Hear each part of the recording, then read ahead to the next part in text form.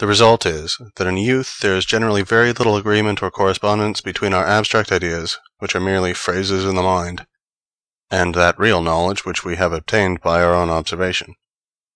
It is only later on that a gradual approach takes place between these two kinds of knowledge, accompanied by a mutual correction of error, and knowledge is not mature until this coalition is accomplished.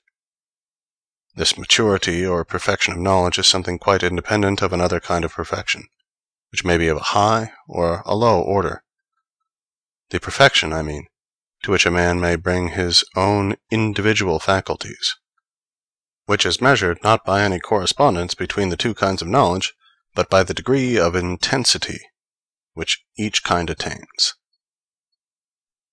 For the practical man, the most needful thing is to acquire an accurate and profound knowledge of the ways of the world. But this, though the most needful, is also the most wearisome of all studies, as a man may reach a great age without coming to the end of his task. Whereas in the domain of the sciences he masters the more important facts when he is still young.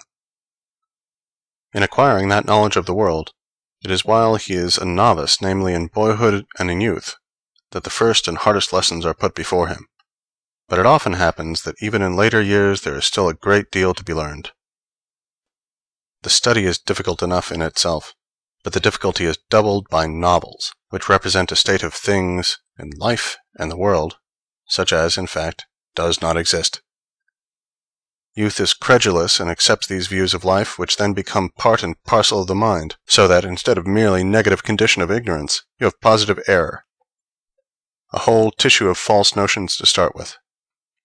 And at a later date, these actually spoil the schooling of experience, and put a wrong construction on the lessons it teaches.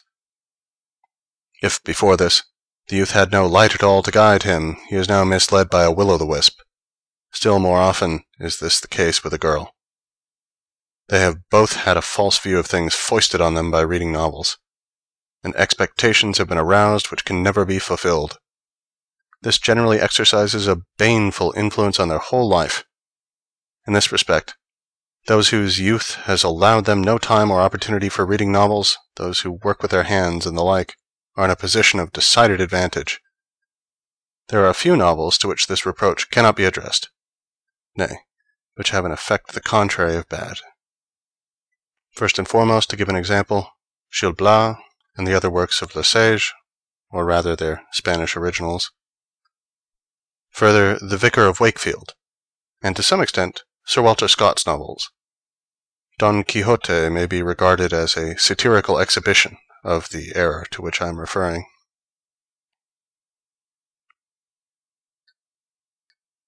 End Chapter 6. This recording is in the public domain.